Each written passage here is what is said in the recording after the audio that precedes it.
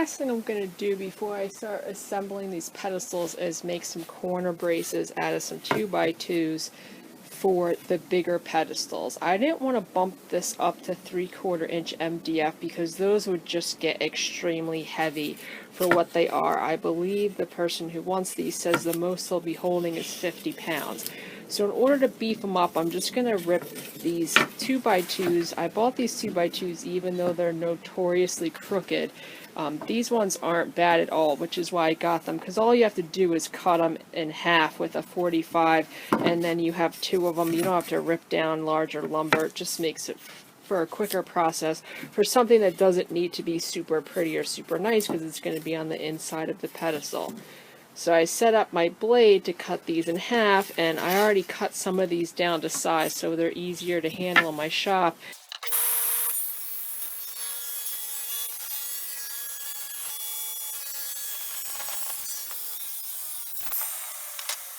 I'm going to be putting together the littlest pedestal first because I think it's the only one that's going to work really well with just relying on tape to put it together.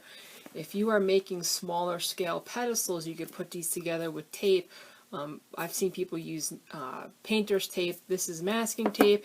Ideally, it's a little bit thicker, but this is what I have on me, so that is what I'm going to use. And you basically are going to tape these pieces together and then put glue in the miters and then put them all together.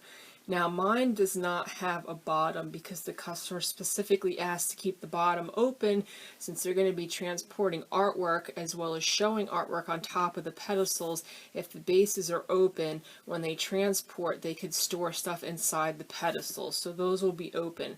If you want these to be solid structures with a base, you just would cut obviously a miter on the bottom as well, and you would cut two of the top pieces because they would be the same size.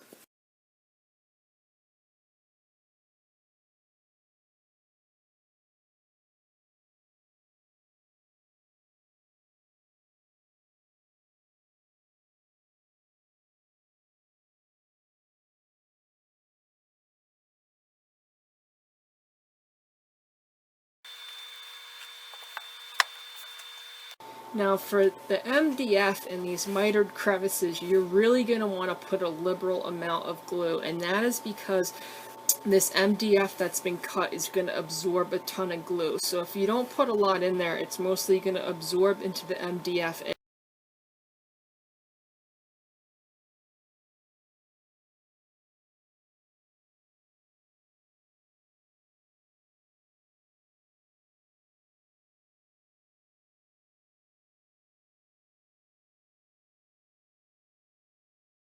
That's that small pedestal drawing. I checked it for square before I put it here to finish drawing, and it's perfectly square. So the tape worked great on that one. And you can see in the video that as I'm putting the tape on, I'm stretching the tape and wrapping around that joint very tightly, and it's pulling those seams together as witnessed by the glue squeezing out of the joint. So on something this size, this one's 9 by 9 by 12 tall, you don't really need clamps or anything like that. That's the smallest pedestal I have. The next ones already start to get bigger, and I just don't think that on these bigger ones relying on just tape is really going to work.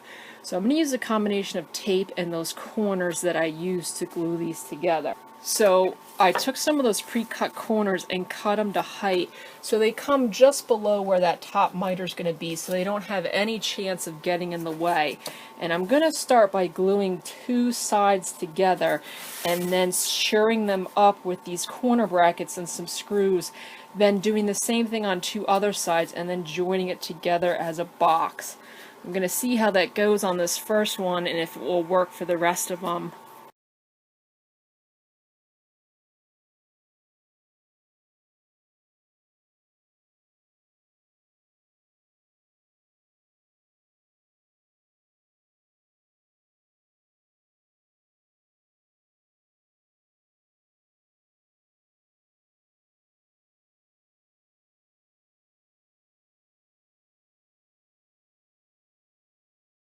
So the takeaway from the tall, skinny pedestal, and it looks lopsided because I have it propped up at the bottom just so air can circulate up into that pedestal and the glue will dry faster.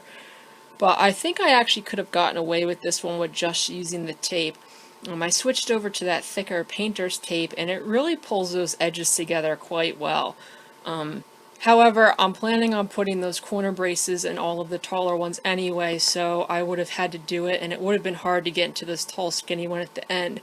But I do think the screws are overkill, so for the next 3, I'm just going to do the same method with the corner braces, but just go ahead and use some brad nails.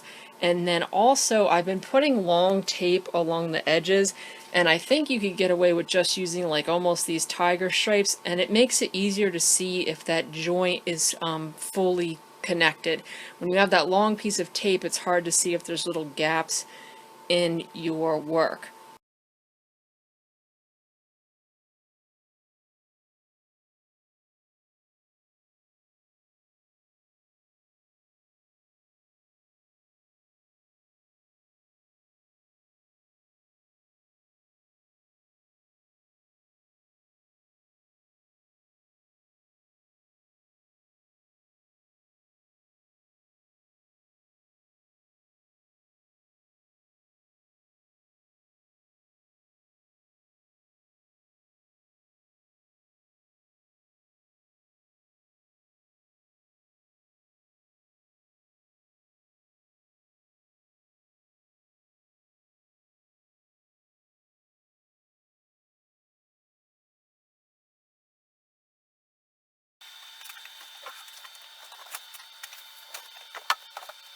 So this is my valley of pedestals. I let these dry overnight, and now I could take all the tape off and sand all of the glue runoff off of them. And I know in some of the corners there's going to be some little spots to fill, but that should be pretty easy. And then these will be done. The customer is painting and priming them, which is awesome. So after sanding, these will be ready to go. Before I flip these upside down and take all this tape off and sand all the glue off and patch a couple little of the gaps in the miters, I added some extra bracing to the 3 biggest pedestals. One is a kind of a runner across the top. That one is probably unnecessary. I put it on there because I had the extra lumber, and over time there's a chance that if something very heavy is centered at the top, that this would sag. These aren't going to be holding a ton of heavy stuff, and they're not going to be used continuously, so this is probably overkill. But like I said, I had the lumber, so I decided to just put that in there. The more necessary ones are going to be these 45s I put in the corners. Since this doesn't have a bottom base, the weakest part of these are going to be these bottom edges. So this will just keep it so that these edges don't really have a chance of pulling apart over time, especially since these are going to have to be carried most likely from the bottom. You're going to be putting some strain on these walls. So this is just kind of like extra backup from the bottom. So I put glue on there and some brads, and then sunk some holes into either side. And now the nice thing about it too is you kind of have a handle as a place to pick these up and move them around.